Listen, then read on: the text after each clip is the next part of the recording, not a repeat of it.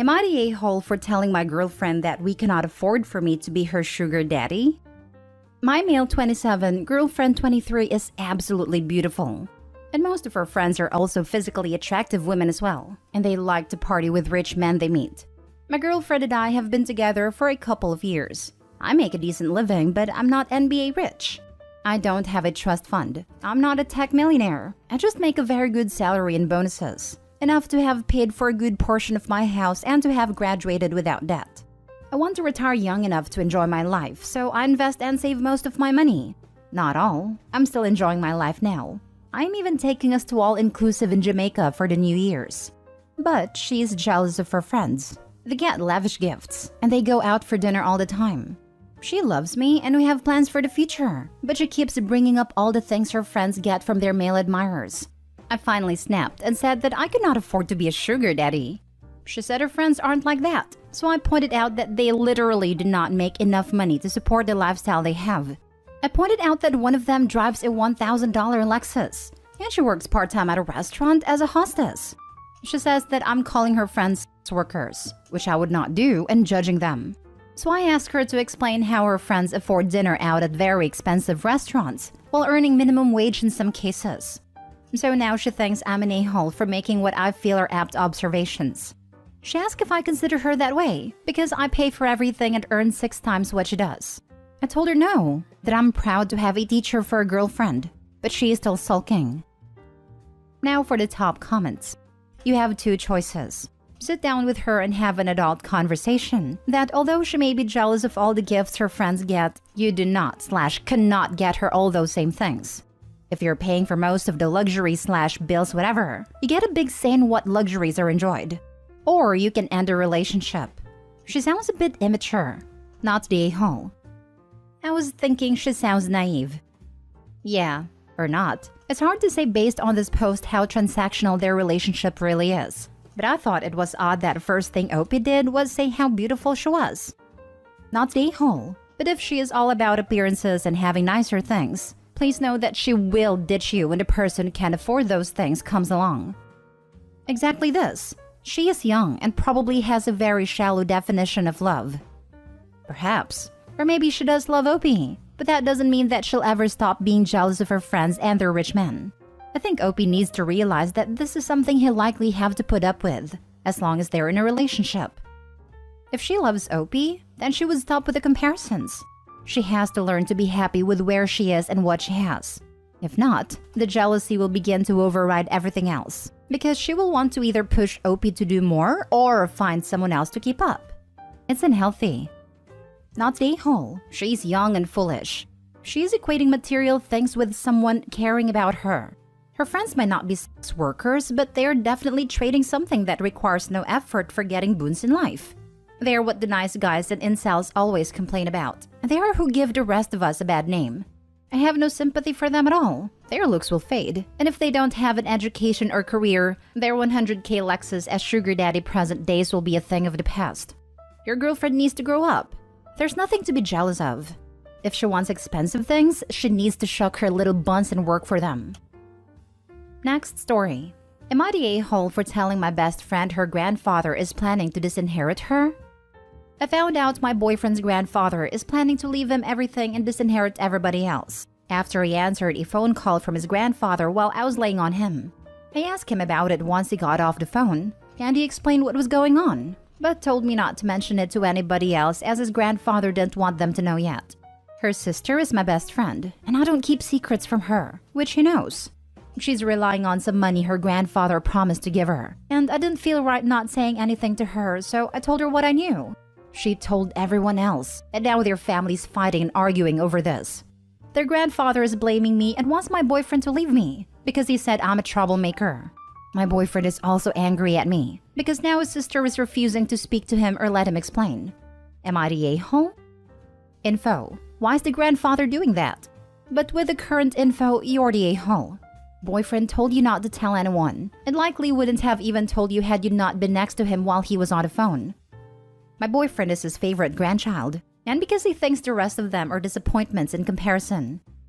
They sure do sound like a disappointment if they are depending on the inheritance to plan their future. The only reason my best friend was relying on the inheritance is because her grandfather told her himself what he was going to leave her, and that he would make sure she was taken care of so she wouldn't worry. Now that she knows it was a lie, she's making different choices to make sure she'll be okay without his help. You're the a-hole. Don't insert yourself into other people's business. Don't lie and pretend you won't say anything when you were planning on saying something. Your boyfriend should leave you. You chose your best friend over your boyfriend, OP. Your choice to make. But if I were the boyfriend, I'd probably leave you over it, knowing I'd always be second priority to my sister. I get why you did it. Just laying out the implication here for you. Hopefully this isn't a very serious relationship. You're the a-hole. You were told by someone you presumably love and respect to keep a secret and just cause trouble. This was family business. None of your business to get involved. Exactly this. You were asked to keep a secret and failed miserably. You have now caused unnecessary family drama. But more than that, trust is the foundation of a good relationship. And now you have shattered it by blabbing news that was not yours to share. You know the saying, when a person shows you who they are, believe them. You have shown your character or lack thereof, and your boyfriend and his grandfather are left to believe you. Next story. Am I the a-hole for not taking the option of working from home? I work for a tech company while my husband is an aspiring author. He has had some success, and we hope for more in the future. When I got pregnant, I negotiated a full year of maternity leave with my employer. I would not lose seniority or miss out of certain aspects of profit sharing. I'm sorry for being vague, but I know many of our employees are in Reddit, so I'm going to fudge some information. In return for the accommodation I made with my employer, I got a month of completely uninterrupted time with my new baby. Then I started taking on tasks from home on my own schedule. On average, it was 15 hours or so a week. My husband writes at home, so we decided that he would be the stay-at-home parent. And when I was working, he would care for our baby. It was a pretty good arrangement, I thought. And it was for about a month. Then he would start ignoring the baby crying or claiming that the baby wanted me. That sort of thing. It started to interfere with my deal with my boss. I told him in no uncertain terms that if he kept interrupting me while I was working, I would hire a nanny for help, but take the funds out of our fun budget. The budget that pays for dinners out, vacations, and hobbies. He got a point, and I got my 1 to 2 hours of uninterrupted time every day. Until recently. It is almost time for me to return to work full-time. Once again, my employer was very accommodating. They were very impressed with my ability to contribute meaningfully to my group during my maternity leave. So, they offered me a choice of work from home, work in the office, or a hybrid schedule. I discussed it with my husband, and he said that I should choose to work from home so I could help more with the baby. I chose to return to the office instead. I have access to a private room and a freezer so I can store milk. I am able to interact with my team, and I enjoy the environment. My husband is saying that I'm being cruel and that my baby needs me. I said I would work from home if he got a job to pay for the nanny so it didn't affect our budget. He said it didn't make sense. I almost said no, Sherlock. He wants me to be the main breadwinner while he tries to get published. He wants to enjoy life in an expensive city, and he wants to stay home to write. Some of these desires are mutually exclusive, without him stepping up and giving me time and space to earn a living.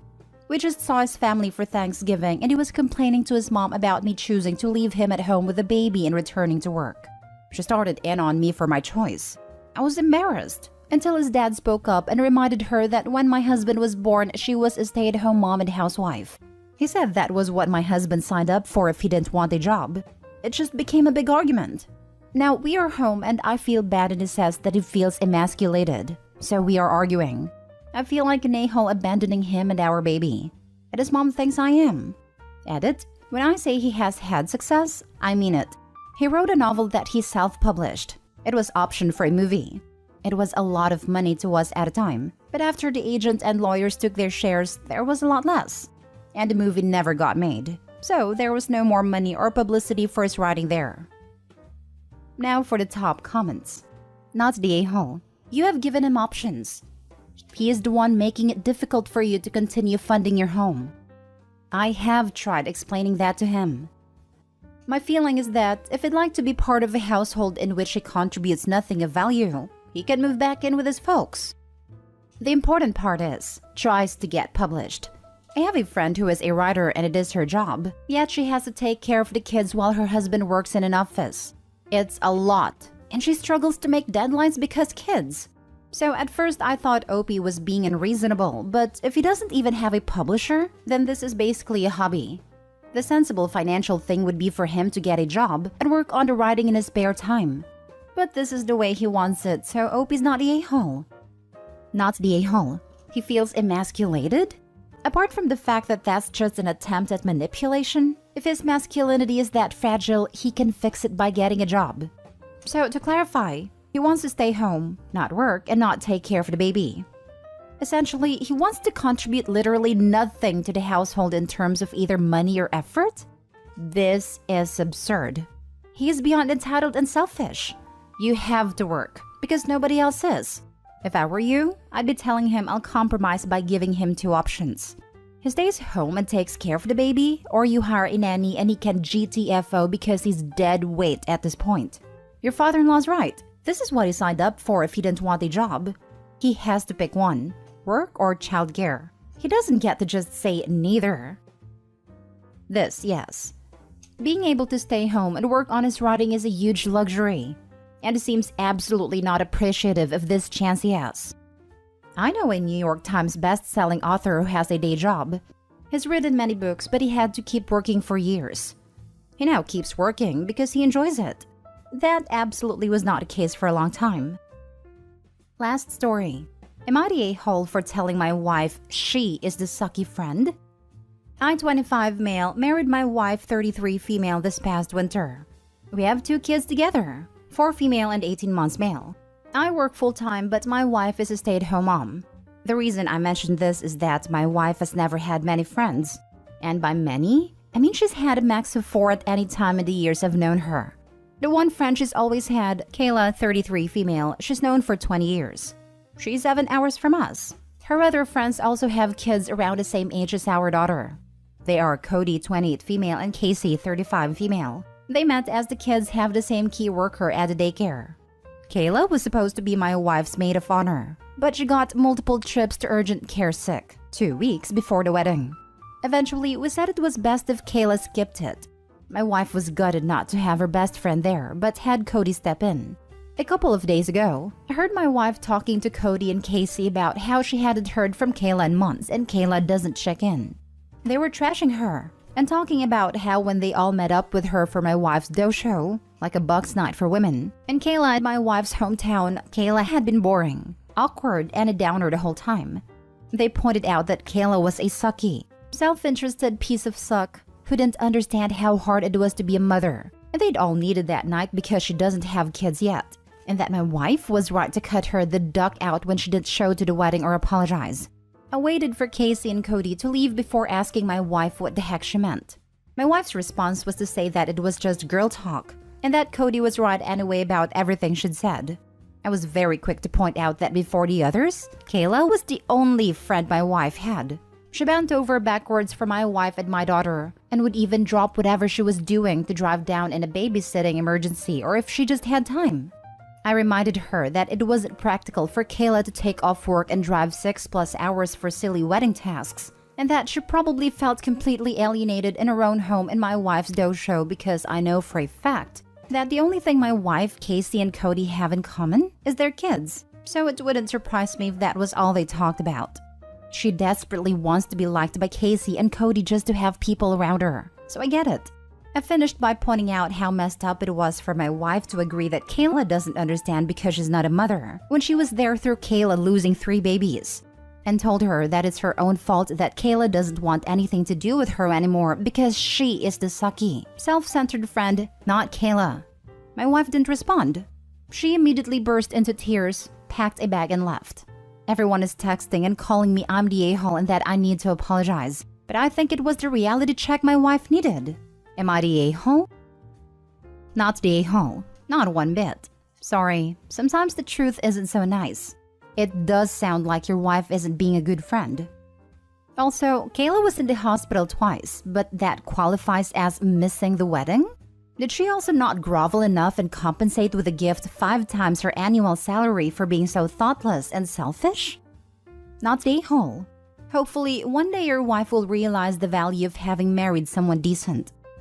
Surprised he even married someone like that.